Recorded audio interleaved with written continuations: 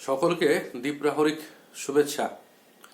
আর মাত্র কয়েকটি ঘন্টার অপেক্ষা, আর তারপরই প্রকাশিত হতে চলেছে নবম দশমের ভেরিফিকেশন এবং ইন্টারভিউ তালিকা। আজকের এই ইন্টারভিউ এবং ভেরিফিকেশন যে তালিকা নবম দশমের নিয়োগের ক্ষেত্রে প্রকাশিত হতে চলেছে তা কিন্তু অনেক দিক থেকে গুরুত্বপূর্ণ।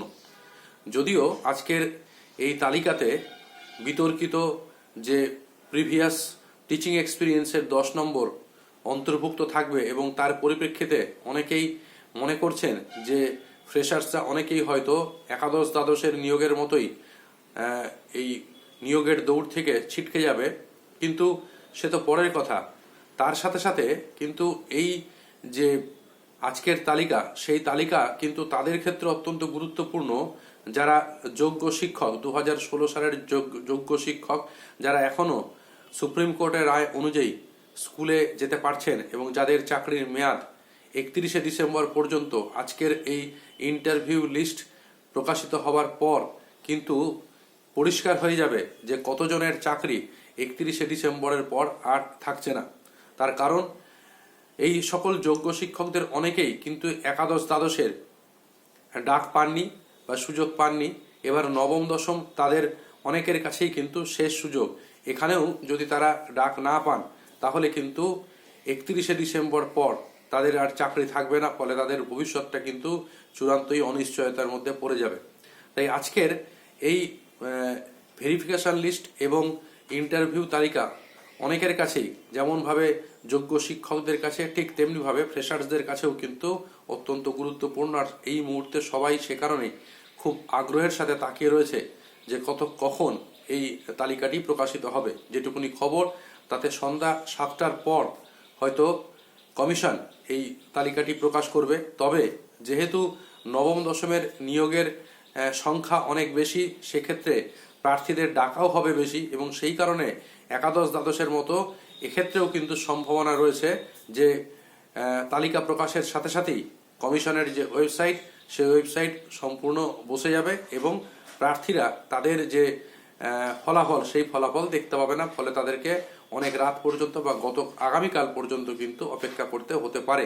তাই সবাই সতর্ক থাকবেন, খুব যতটা শীঘ্র সম্ভব আপনারা নিজেরা খেয়াল রাখবেন যে কতক্ষণে কমিশন তাদের ওয়েবসাইটে এই ফলাফল প্রকাশ করছে এবং সম্ভব হলে খুব শীঘ্রই সেই ফলাফল প্রকাশিত হওয়ার সঙ্গে সঙ্গে নিজেদের রেজাল্টটি কিন্তু দেখে নেবেন। তবে একটা কথা বলে রাখি যে যারা ভাবছেন যে তালিকা প্রকাশিত হওয়ার সাথে সাথেই কিছুদিনের মধ্যেই হয়তো আমাদের ইন্টারভিউ এবং ভেরিফিকেশন প্রক্রিয়া শুরু হয়ে যাবে, তা কিন্তু নয়। ভেরিফিকেশন এবং ইন্টারভিউ পর্ব শুরু হতে কিন্তু এখনো অনেক দেরি রয়েছে। তার কারণ কমিশন জানিয়েছে যে আগে একাদশ দ্বাদশের যে ইন্টারভিউ চলছে সেই ইন্টারভিউ সম্পূর্ণ হবে এবং তাদের চূড়ান্ত তালিকাও প্রকাশিত হবে ধাপে ধাপে। আর তারপরেই কিন্তু শুরু হবে হলো নবম দশমের যে ভেরিফিকেশন এবং ইন্টারভিউ পর্ব, সেইটি। কাজেই ভেরিফিকেশন এবং ইন্টারভিউ নবম দশমের ক্ষেত্রে কিন্তু এখনো অনেক দেরি রয়েছে। সম্ভবত এই মাসের শেষের দিক, অর্থাৎ ডিসেম্বরের শেষের দিক থেকে সেই ভেরিফিকেশন শুরু হওয়ার একটা সম্ভাবনা রয়েছে। আপাতত নবম দশমের নিয়োগ সংক্রান্ত খবর এইটুকুনি। এরপরে আসি হলো প্রাথমিকের নিয়োগ সম্পর্কে। প্রাথমিকে চলতি যে নিয়োগ, তাতে 13,421টি সহকারী শিক্ষকের পদে নিয়োগের যে প্রক্রিয়া, সেই প্রক্রিয়া অ্যাপ্লিকেশন গ্রহণের পর্ব কিন্তু শেষ হয়েছে গত 9 তারিখ, অর্থাৎ মঙ্গলবার দিন। যা খবর পাওয়া যাচ্ছে তাতে এই 13,421টি শূন্য পদের জন্য আবেদন জমা পড়েছে প্রায় 60,000-এর কাছাকাছি। অর্থাৎ যে পরিমাণ পদ সংখ্যা রয়েছে, আবেদনকারীর সংখ্যা কিন্তু তার থেকে অনেক অনেক বেশি। সেই জন্য আবেদনকারীদের তরফ থেকে ইতিমধ্যে একটি দাবি উঠতে শুরু করেছে যে শূন্য পদের সংখ্যা আরও অন্তত 10,000 বাড়ানো হোক।